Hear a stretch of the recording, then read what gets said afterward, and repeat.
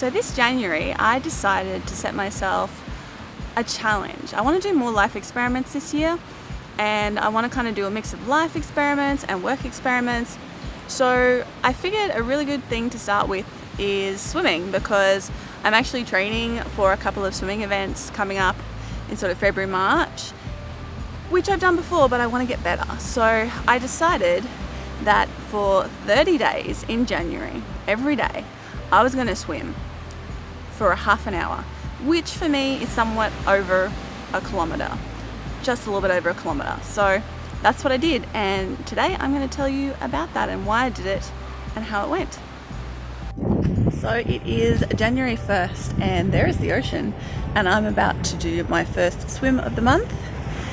My plan is to do a swim every single day for the month, so thankfully the sun came out. Wish me luck. So I'm a swimmer. I compete in ocean races. Well, take part in. My goal is definitely not to win. It's more to just be part of it and to have something to train for and look forward to. And I love swimming in the ocean. It's my favorite place to swim. I live on the Sunshine Coast in Queensland in Australia, and we can swim in the ocean here all year round, and it's beautiful. And I just thought, hey, why not challenge myself to swim every single day? Because I, usually swim maybe 2 or 3 times a week, and I really wanted to increase my swim fitness in preparation for the upcoming events that I've got over the next few months. So there's one in February, one in March, one in April that I'm considering doing, and the distances go from a kilometre to a mile to 2 kilometres. So I really wanted to challenge myself to improve my swim fitness, and also because it's summer and summer is not only hot normally but also stormy and rainy. Walking, which is what I usually do every day, is not so great at this time of year. So swimming, but you can do anytime. Even if it's raining, you can go swimming in the pool. It's not a big deal. Now, of course, I am blessed to be in Australia where we don't have any coronavirus, and we haven't in my neck of the woods since a long time ago. So life is pretty much normal here. We did have a scare about halfway through my month where Brisbane, which is the capital city closest to me, had a brief lockdown for a couple of days, but I live far enough away that didn't affect me, and that meant that I could keep up with my challenge. It didn't get in the way of that. So that was really lucky, and it went really, really well. I was actually surprised how easy I found it at the end of the day. There were a couple of days where I really didn't want to go. But only a couple. Like the rest of the time, I was pretty happy to get my swim in. I really enjoyed it. I'm really, really glad I did it. Welcome to day 2, and I'm here at my local pool to get my second swim of the month in. Looking forward to it. It's super hot today, so I cannot wait to get in the water. So I just did at least a half an hour, which for me is like somewhat more than a kilometre. Not quite sure yet, because tomorrow I'm planning on going and doing my test swim at the Olympic pool to see how far I can get in half an hour, to see if I can get faster by the end of the month. Beautiful day for it though. So today is day 4 and I'm at the Olympic pool, which is through there. And today is my timed swim, my first 1K timed swim, to see where I'm at right now. So can't say I'm looking forward to it. It's going to be hard, push a little bit more than normal, but we'll see how we go. And hopefully my timer won't die this time. So I just finished my 1K and I did it in 25 minutes and 35 seconds, which frankly was faster than I anticipated. So I'm really happy about that. I had a slight goggle malfunction at the end of lap 2 or length 2, and I had a stitch in length 14, which meant I had to go from breathing every 3rd stroke to breathing every 2nd stroke for length 15, and then a little bit off and on for the rest of the swim. But overall, very happy with that. So we'll see how we go by the end of the month. I didn't put any prescription on me apart from I have to swim every day and I have to do at least half an hour. Originally I was going to do, I have to do like a kilometre of freestyle every day, but I thought that because my swim fitness was good but not excellent, that might be a bit too much of a strain to put on my body all at once. So I decided to give myself a bit more leeway with that and just stick to the half an hour of swimming, or about the kilometre of swimming.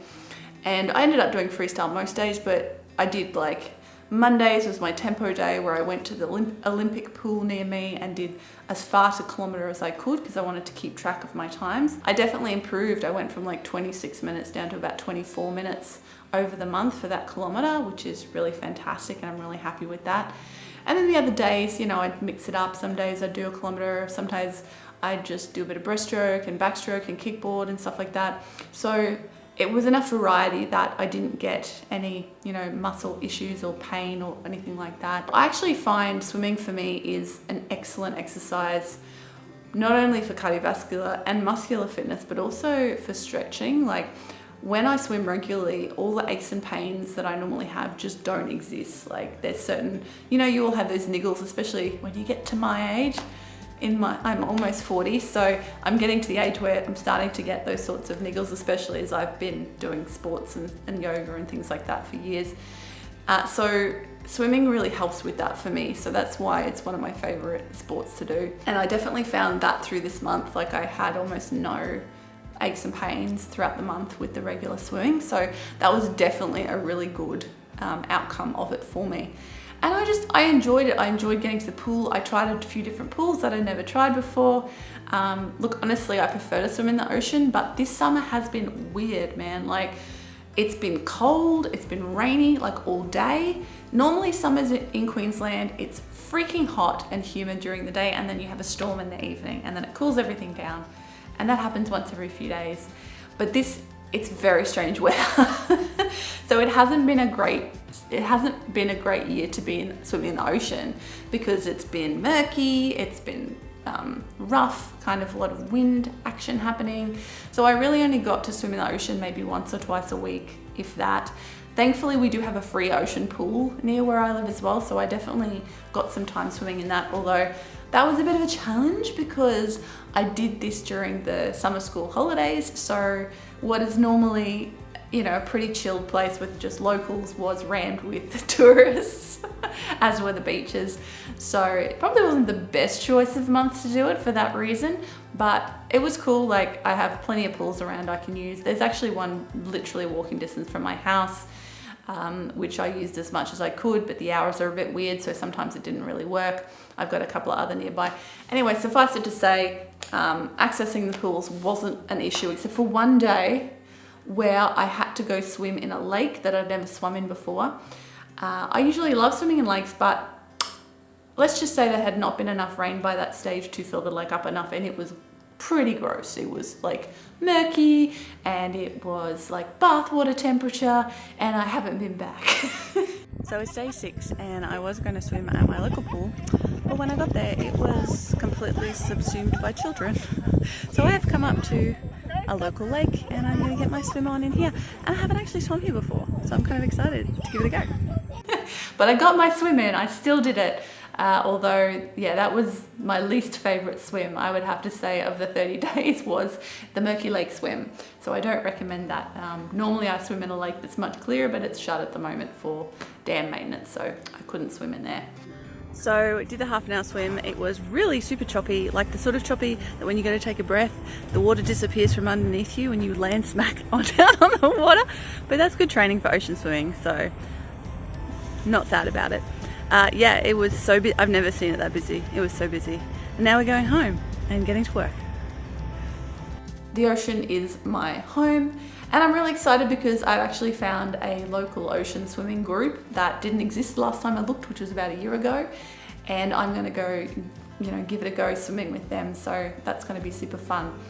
So plan I'm up early, let's go for a morning swim at the local pool has failed because it's not open on a Thursday morning. The outcome of this really was I definitely increased my cardiovascular fitness, my muscular swim fitness, like my pulling is getting a lot stronger in my freestyle, my kicking. Now, if you've been watching my videos weekly, you'll probably know that I injured my knee about a month, 2 months ago. I couldn't walk properly for a couple of weeks, and I had to be really careful of that when I started swimming because the kicking motion of fully extending the knee, so like that motion, was the thing that I injured it doing in the first place, doing weights, and I had to be really careful not to do that. So my first kind of week or two, I had to do really slow kicks. and it took time to build up to doing proper flutter kicking. But by the end, I'm good. I've got my flutter kicking on point and it's going really well. So yesterday was day 17. I forgot to do a video, so a quick update on that. I went to the local pool and I just kind of did a medley swim. I did quite a bit of kickboard, working on my flutter kick because my knee that was injured is pretty much back to normal now. Still a little bit twingy, but this week I've been working on my flutter kick to try to see if I'm ready to get back into that. And it seems to be pretty strong, so I was quite happy with that. What was the outcome of this? I would definitely consider doing it again. I really enjoyed it. It's not something I'm going to do forever because one of the downsides of doing this challenge is that I just didn't have enough time to do some of the other physical activities that I do. Like I didn't have as much time or energy to do strength training. I didn't walk as much. I definitely missed that, although again the weather was kind of crap, so that wasn't on the cards as much. But I missed doing those, and I was careful. Obviously I still had the knee injury, so I couldn't really go too hard on strength training anyway. But I also got it in before my softball season starts. So my softball season restarted, I should say, at the end of January. And I didn't want to be doing this challenge and softball, which is an upper body dominant sport, at the same time. So I fit it in there, which is why I did it when I did it. And that worked out really, really well, actually. So that was one of the downsides, was just not having the time, energy, or wanting to risk injuring myself and not being able to complete the challenge. So I kind of took it a bit easier with those other sorts of sports. But at the same time, I was rehabbing my knee, so it was probably a good time to do it, really. I don't think I really lost much fitness because of it. Maybe just, I lost a little bit of lower body fitness perhaps and sort of substituted it for upper body fitness. But I really enjoyed it. It was a great challenge. I'm really glad I did it. I'm really glad to prove it to myself. Whenever you do a challenge like this, one of these 30-day challenges, part of the joy of it is just proving to yourself that you can be disciplined and that you can get stuff done and that you have the willpower to actually achieve these things that you want to achieve. And I think that's one of the most important things, is just the everyday, getting into the habit of doing this thing every day, seeing, how much you can overcome.